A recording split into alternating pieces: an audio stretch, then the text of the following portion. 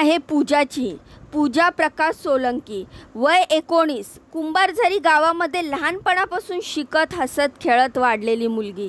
दिसायला गोड आणि तिचे वडील प्रकाश सोलंकी साधे शेतकरी. आई शांताबाई घरात घरकाम करणारी, प्रेमळ पण मनामध्ये नेहमी काळजी. पूजाचं स्वप्न होतं प्रेमळ नवरा, आपुलकीने भरलेलं घर, एक स्नेहाचं आयुष्य. आणि तिचं शिक्षण 12वीपर्यंत झालं आणि तिच्या आईवडिलांनी योग्य स्थळ शोधायला सुरुवात केली. त्याचवेळी एक स्थळ आलं, अक्षय जनार्दन गायकवाड, सिव्हिल इंजिनियर, संभाजीनगरचा. भेटीगाठी झाल्या. अक्षय आणि त्याचे कुटुंब बोलायला सुसंस्कृत वाटले. हुंड्यात 5 तोळं सोनं आणि काही वस्त्रांची अपेक्षा होती. पूजाच्या वडिलांनी त्याच्या कुवतीनुसार ते मान्य केलं. 18 तारखेला पूजाचं लग्न ठरलं. घर सजलं होतं, डोळ्यात स्वप्न होती, ओठावर लाजरं हसू होतं. अक्षयच्या बाजूनही गर्दी होती, प्रतिष्ठा होती. पण मागण्याचं ओझं नकळत पूजाच्या हसऱ्या चेहऱ्यामागे लपलं होतं. लग्न ठातात पार पडलं. पूजाच्या डोळ्यात नव्या आयुष्याचं स्वप्न होतं, पण लग्नाच्या दुसऱ्या आठवड्यापासूनच ते स्वप्न चुरगळायला लागलं. अक्षयचं वागणं बदलायला लागलं. तो शांतपणे, प्रेम न करता तिच्याशी मुद्दाम तुच्छतेने बोलू लागला. तुझ्या वडिलांनी सोनं कमी दिलं, हे वाक्य अक्षय आणि त्याच्या आईच्या तोंडून रोज निघत होतं. सासू अनिता गायकवाड तिला रोज टोचायची, रोज टोमणे मारायची. तुझ्या घरचं काही चांगलं नाही, हे काय दिलंय लग्नात. सासरच्याचं वागणं ही फटकळ. कधीच आपुलकीने न बोललेला माणूस पूजाला घरातल्या कोणालाही आपलं मानणं कठीण जात होतं. अक्षयने पूजाकडे माणुसकीपेक्षा जास्त अधिकार गाजवणं सुरू केलं. तो आमच्या नावाखाली केलंय, गावात लोक काय म्हणतील, एवढं सोनं पुरत नाही आम्हाला, असं तो सांगत असे. एके दिवशी पूजाने थोडा उशीर केला स्वयंपाकात, तर अक्षयने जोरात धपाटा मारला. ती रडतच खाली सासूबाईंकडे गेली, पण त्यांनी उलट तिलाच दोष दिला. आमच्या घरात असं वागलं जात नाही. ती रात्री तिच्या आईला फोन करून सांगते, तो आई मला तो हात लावतो, तू मारतो.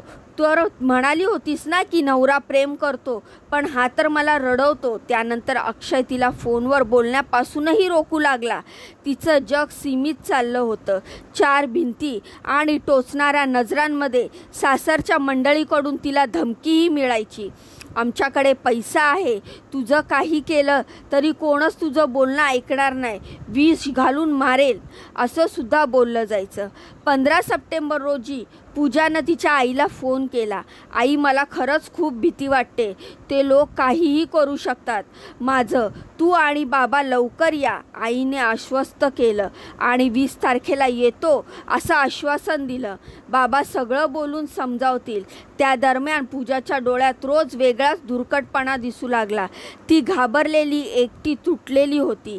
सासरच्या कोणालाही तिचं दुःख समजत नव्हतं, कारण कोणालाच समजून घ्यायचं नव्हतं.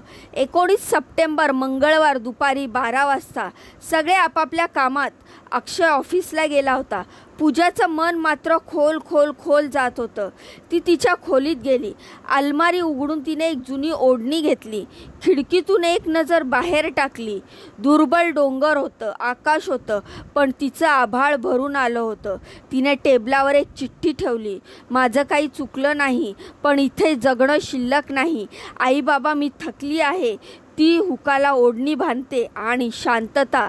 दुपारी 1:30ला सासू अनिता वर आली. दार ठोठावलं, आवाज दिला, दार ढकलला आणि पूजाचं मृत शरीर झुलताना दिसलं. तिला खाली उतरवलं, पण पूजाच्या माहेरच्यांना काहीही कळवलं नाही. पोलिसांना फोन करून त्यांनी तडक तिला हॉस्पिटलला नेलं. जेव्हा आई वडील आले तेव्हा त्यांना फक्त मृतदेह दिसला. प्रकाश सोलंकी रडत म्हणाला, माझ्या लेकीचं असं व्हायचं नव्हतं. मी 5 तोळे सोनं दिलं, पण माणुसकी कुठे होती त्यांच्या घरात. प्रकाश सोलंकी त्यांना दिलेल्या तक्रारीवरून गुन्हा दाखल झालाय. अक्षय गायकवाड, सासू अनिता, सासरा जनार्दन आणि दीर प्रशांत याच्या विरोधात IPC 498A 306 अंतर्गत गुन्हा नोंद. चौकशीत पूजाचे मेसेज, डायरीतील नोंदी, तिचा फोन रेकॉर्ड सगळं स्पष्ट बोलत होतं.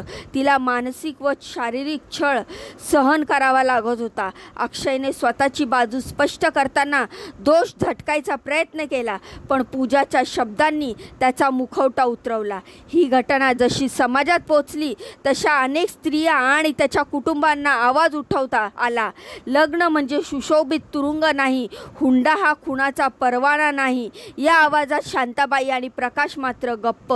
डोळ्यात फक्त एकच प्रश्न, माझ्या लेकीचा दोष काय? अक्षय इंजिनियर होता पण माणूस नव्हता. घरात पैसे होते पण मन रिकामी होती. शिक्षणामुळे संस्कार यायला हवेत, अहंकार नव्हे.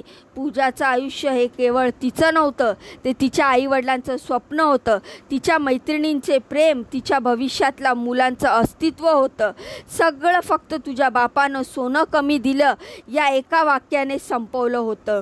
पूजा गेली पण तिची घटना अजूनही बोलते.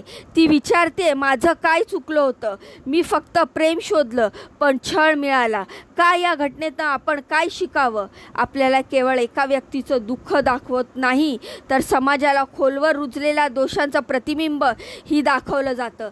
तिच्या आत्महत्येमागची प्रत्येक घटना, प्रत्येक वाक्य आपल्याला समाजात गणलेल्या मूल व्यवस्थेवर बोट ठेवत आहे. पूजाला तिच्या नवऱ्यानं आणि सासरच्या लोकांनी फक्त 5 तोळे सोनं मिळावं म्हणून त्रास दिला. ही घटना स्पष्ट करते की आजही काही समाजात असे घटक आहे लग्नाचे रूपांतर व्यवहारात करत आहेत. हुंडा ही पिढ्यानपिढ्याची प्रथा नसून एक अमानवी प्रथा आहे. तो मानणं किंवा देणं म्हणजे थेट गुण आहे.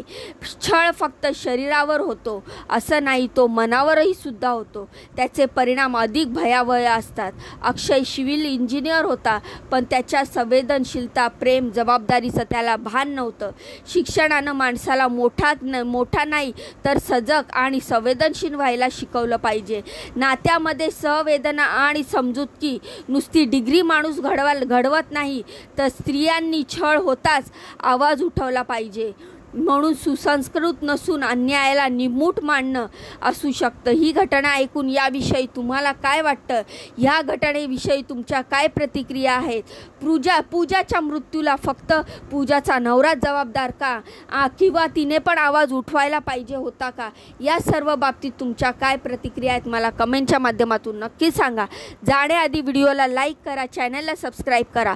तुमच्या बहिणीला एक चान्स नक्की द्या पुढे जाण्याचा. तर भेटूया पुढच्या व्हिडिओमध्ये अशीच महत्त्वपूर्ण दमदार अपडेट घेऊन.